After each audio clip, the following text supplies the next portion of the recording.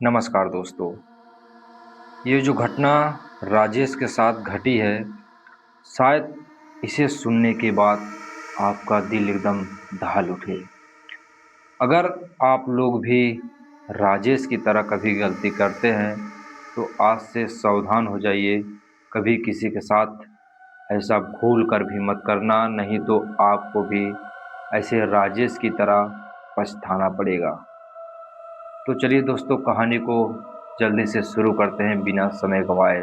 आप सभी लोग अपने अपने कान में हेडफोन्स लगा लीजिए, और अगर रात में वीडियो देख रहे हैं तो लाइट बंद कर लीजिए। दोस्तों, यह कहानी है राजेश की। जो राजेश अभी इस वक्त दिल्ली में रहता है। राजेश दिल्ली में एक प्राइवेट कंपनी में जॉब करता है, और ये करीबन जो है 5-6 साल हो गए इसे अपने गांव गए हुए। और इसके गांव से जो है इसके बाबूजी और इसकी पत्नी, बच्चे सभी लोग फ़ोन करके बुला रहे थे कि पापा इस बार जो है छुट्टी में चले जाओ, इतना दिन हो गया आप आए नहीं हो, हमें भी अपने साथ ले चलो। तो ये जो है अकेले ही जो है दिल्ली में जॉब करता था। इसे जो है जल्दी जो है राजेश को छुट्टी नहीं मिलती थी, काम इतना ज़्यादा था हमेशा जो है। और फिर इस बार उसने जो है कोशिश की, मालिक से बात किया, बोला इस बार जो है मुझे 15-20 दिनों की छुट्टी चाहिए, मैं अपने गांव जाना चाहता हूँ। तो उसके मालिक जो है बोले ठीक है, अगर तुम अपने गांव जाना चाहते हो तो मैं तुमको छुट्टी दे रहा हूँ, क्योंकि तुम जो है मेरे कंपनी में इतने सालों से इतने अच्छे से काम कर रहे हो, तुम्हारे जैसा कोई इंसान काम नहीं कर रहा है, इसलिए मैं तुम्हें जो है छुट्टी दे रहा हूँ। लेकिन तुम ये मत सोचना कि तुम्हारा पेमेंट कट जाएगा। तुम जितने भी दिन की छुट्टी ले रहे हो, इसका पेमेंट जो है तुम्हारा बनता रहेगा। तो राजेश जो है मालिक की बात सुन करके बहुत खुश हो जाता है, और सोचता है कि ऐसा मालिक सभी को मिले जैसा मुझे मिल रहा है। तो वह फिर छुट्टी उट्टी ले लेता है, और अगले दिन उसकी ट्रेन की टिकट रहती है, और वह तैयार हो जाता है जाने के लिए। वह करीब जो है अपने रूम से 11 बजे निकल करके वह स्टेशन पर पहुंच जाता है, और वहाँ पर वह जो है बैठ करके इंतज़ार करने लगता है। उसकी गाड़ी जो है 1 घंटा लेट थी। 11 बजे जो है वो निकला था, 1 बजे उसकी गाड़ी थी। वह 1 घंटा 12 बजे तक बैठा था। जैसे ही देखा घड़ी में 1 बज गए, और देख रहा है कि गाड़ी अभी तक नहीं आई, फिर से जो है लेट हो रही है क्या। फिर वो थोड़ी देर और बैठा रहा, फिर ऐसे 1:30 बजा, और देखते ही देखते 2 बज गया। अब राजेश सोच रहा, यार गाड़ी आ नहीं रही, और धीरे ही धीरे प्लेटफार्म पर आदमी कम होते गए। उस पर जो है प्लेटफार्म पर अब कोई आदमी बचा नहीं था, केवल राजेश के अलावा। राजेश अकेले ही प्लेटफार्म पर बैठा था, और देख रहा है राजेश घड़ी में कि अब बज चुके थे 2:30, लेकिन अब भी जो है गाड़ी का कुछ भी पता नहीं था। तो राजेश सोचा शायद आज हो सकता है कि गाड़ी नहीं आएगी। अब वो जो है सोचा कि अब मैं चलता हूँ अपने रूम पर। और जैसे ही अपना बैग वैग उठा करके सोचा कि अब मैं चलूँ, वैसे ही तुरंत दूर से एक ट्रेन आती दिखाई दी, और हॉर्न उसका बज रहा था। फिर राजेश जो है रुक जाता है, सोचता है कि चलो शुक्र है कि ट्रेन आ गई। इतना देर से मैं वेट कर रहा था, आज मालूम नहीं क्या हो गया जो इतना लेट हो गया ट्रेन को। वह फिर जो है तुरंत अपना सामान रख देता है, और फिर खड़ा हो जाता है। तो जैसे ही ट्रेन उसके पास आकर के रुकी, वह जो है ट्रेन के अंदर बैठ गया जा कर के, और फिर गाड़ी चलने लगी। और अंदर देख रहा है कि सभी लोग उसमें भरे हुए थे एकदम।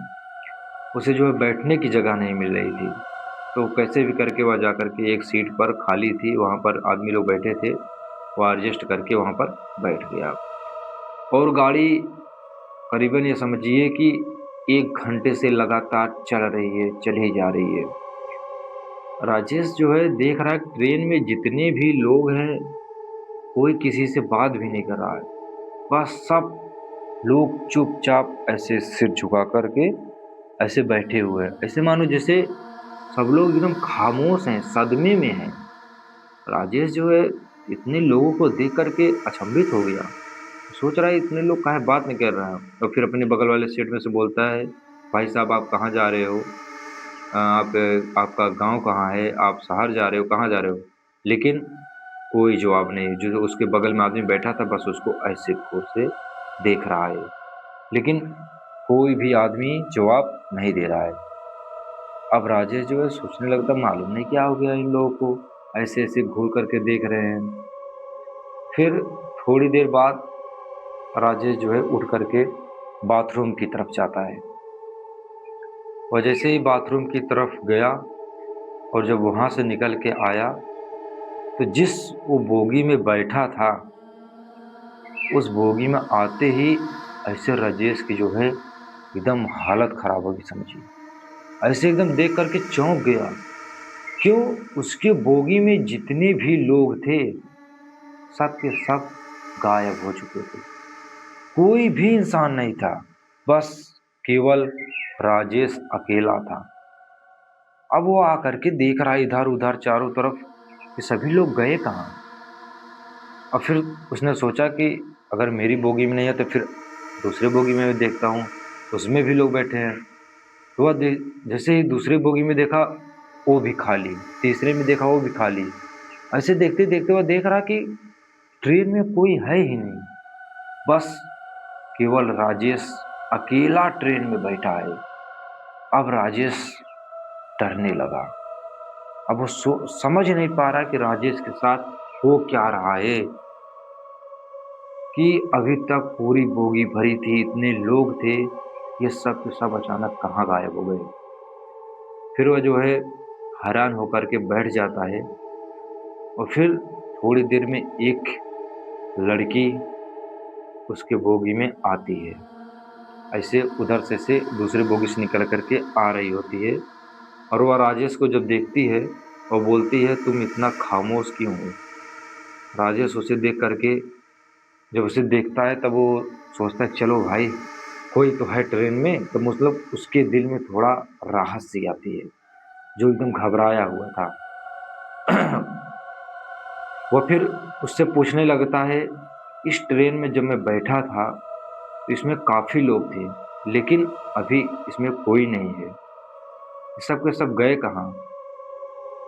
फिर वो लड़की जो है उसकी तरफ ऐसे घूर करके देखती है और बोलती है, क्या सचमुच तुम जब बैठे थे इसमें आदमी थे या नहीं थे? राजेश बोलता है, नहीं, इसमें बहुत सारे आदमी भरे हुए थे, इसमें बैठने की जगह नहीं थी, इतने आदमी थे। लड़की बोलती है, मैं तुम्हें सच बताऊं, ये ट्रेन आज से नहीं कई सालों से ऐसे खाली जाती है और खाली आती है, इसमें आज तक कोई भी आदमी बैठा नहीं। एक पहले आदमी तुम हो जो इस ट्रेन में बैठे हो। अब राजेश उस लड़की की बात सुन करके एकदम हैरान हो जाता है, थर-थर ऐसे कांपने लगता है।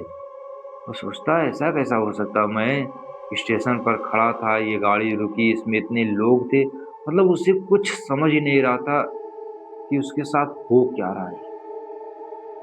फिर वह लड़की जो है उसे कुछ बात याद दिलाती है, राजेश को पिछली बात।